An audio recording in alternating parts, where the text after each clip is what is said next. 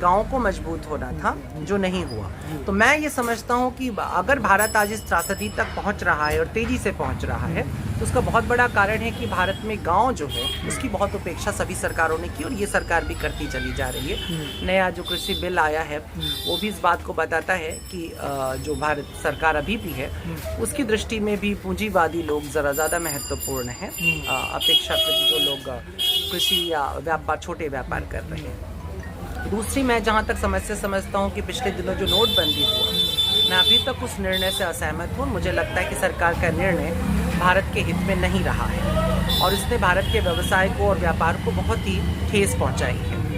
तो उसकी भरपाई कुछ अगर हो भी सकती थी तो मुझे लगता है वो कोरोना ने डिस्टर्ब कर दिया है। तो ये सब कुछ मिला करके हम लोग प्राकृतिक विपत्ति तो थोड़ा मानेंगे, लेकिन ज़्यादा मैं मानता हूँ कि सरकार की गलत आर्थिक नीतियाँ जो हैं वो ही देश पर भारी पड़ती चली जा रही हैं और इसी वजह से देश का हर एक व्यापारी या कृषक या जो छोटा कामगार या मध्यम वर्ग जिसको हम कहते हैं वो बहुत भयग्रस्त है। उसको ऐसा लग रहा है कि भविष्य उसके पास नहीं है। लॉकडाउन के दौरान जो पॉलिसी अपनाई गई सरकारी स्तर से, उससे क्या आप संतुष्ट है, सहमत हैं?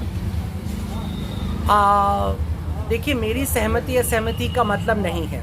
अब आप इस सरकार से एक बार पूछिए चिट्ठी लिख करके कि क्या वो अपने पिछले फैसले से सहमत है। अगर वो अपने पिछले फैसले से सहमत है तो हम लोग भी हैं। यानी सरकार के साथ आप हैं? मैं हमेशा सरकार के साथ हूँ। आप सबको भी सरकार के साथ ही रहना होता है। आप सरकार के खिलाफ कैसे हो सकते हैं? और सरकार के खिलाफ अगर आप हैं भी तो आपको सुन कौन रहा है? नहीं, इसका कोई मतलब नहीं है। हाँ, सरकार के साथ होना और उसकी हर बात पर सर झुकाना, ये दोनों अलग अलग चीजें हैं। तो क्या हम सरकार की हर बात को सर झुकाकर स्वीकार कर ले तो उसमें जो है सरकार भक्त माने जाएंगे, या उसकी गलतियों की निशानदेही की जाए तब हम जो है सही माने जाएंगे या शुभ चिंतक जो है? देखिए, लोकतंत्र में सरकार हम और आप होते हैं जी। अगर आपके प्रश्न को मैं आपकी तरफ लौटा दूं तो आप अपने खिलाफ होना चाहते हैं, अपने भक्त होना चाहते हैं, इसी से सब बात तय हो जाती है। यदि जनता अपने अपनी अवधारणाओं की भक्त है तो फिर सरकार एकदम सही है।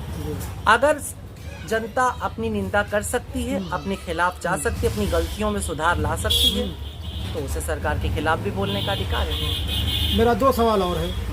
इस समय चल रहा है किसान आंदोलन कृषि कानून को लेकर, तो ये अपने आप में ये आंदोलन, क्या किसानों की ये मांग जो है, जिस मांग को लेकर वो आंदोलन कर रहे हैं, सही है या गुमराही के शिकार है वो?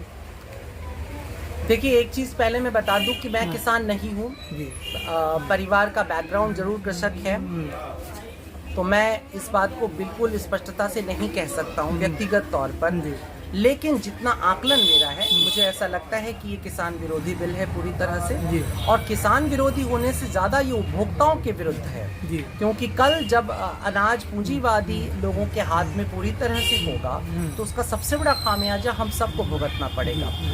मुझे जहाँ तक इस आंदोलन में सबसे बड़ी कमी दिखाई पड़ रही है वो ये दिखाई पड़ रही है कि लोग इसे किसान आंदोलन कह रहे हैं। ये किसान आंदोलन नहीं, ये अनाज आंदोलन है। इसको थोड़ा समझना पड़ेगा। हाँ, ये अब जो है आप जिस धरती पर निवास करते हैं, बनारस बुनकरों की नगरी है वो, और जहाँ इस समय मौजूद है ये भी बुनकरों की नगरी है। किसानों के बाद बुनकरों का दूसरा नंबर है देश में।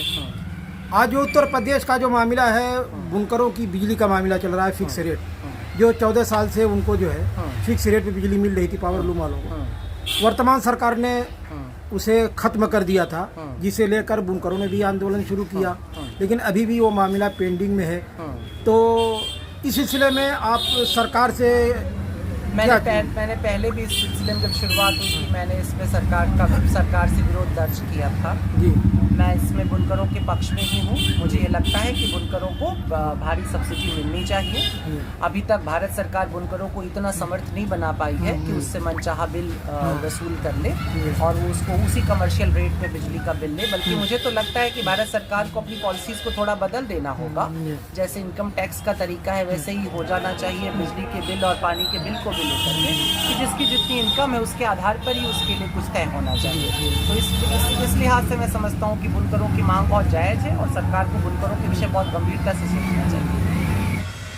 शाहिद फारूकी सर, आज आपके यहाँ उमा जी जो है ये एक शख्सियत है अपने आप में, और इनको जैसे भगवान ने बहुत ही इज्जतों से नवाजा है और आज आपके घर पधारे हैं, आप इसके बारे में क्या कहना चाहेंगे? मेरे लिए बहुत ही सौभाग्य का पल है और तमाम लोगों के लिए ये सौभाग्य का पल है कि आप मुबारकपुर कस्बे में और बिलखुसूस मेरे इस गरीब खाने पे आपकी आमद हुई है। और इससे पहले आप बनारस में नहीं बल्कि प्रदेश क्या मैं कहूँ पूरे देश में आपने एक अनुयायियों का एक बहुत बड़ी तादाद अपने पीछे खड़ी की है, अपने बहुत ही सकारात्मक विचारों से, जिसमें राष्ट्र को सशक्त करने के लिए बहुत सारे तत्व मौजूद हैं।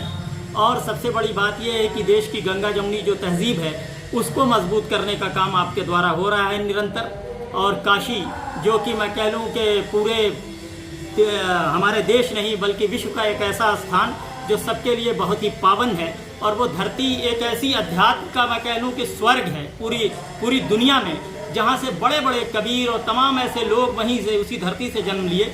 आप भी उसी धरती से आपका ताल्लुक़ है और आज हमारे मुबारकपुर में आपकी तशरीफ़ आवरी हुई है। तो आप जैसी महान शख्सियत का आना और आप जैसे अध्यात्म से जुड़े हुए एक महान पुरुष का यहाँ पे आगमन हमारे लिए ही नहीं बल्कि हमारे पूरे कस्बे के लिए गौरव और सम्मान का विषय है। Thank you sir.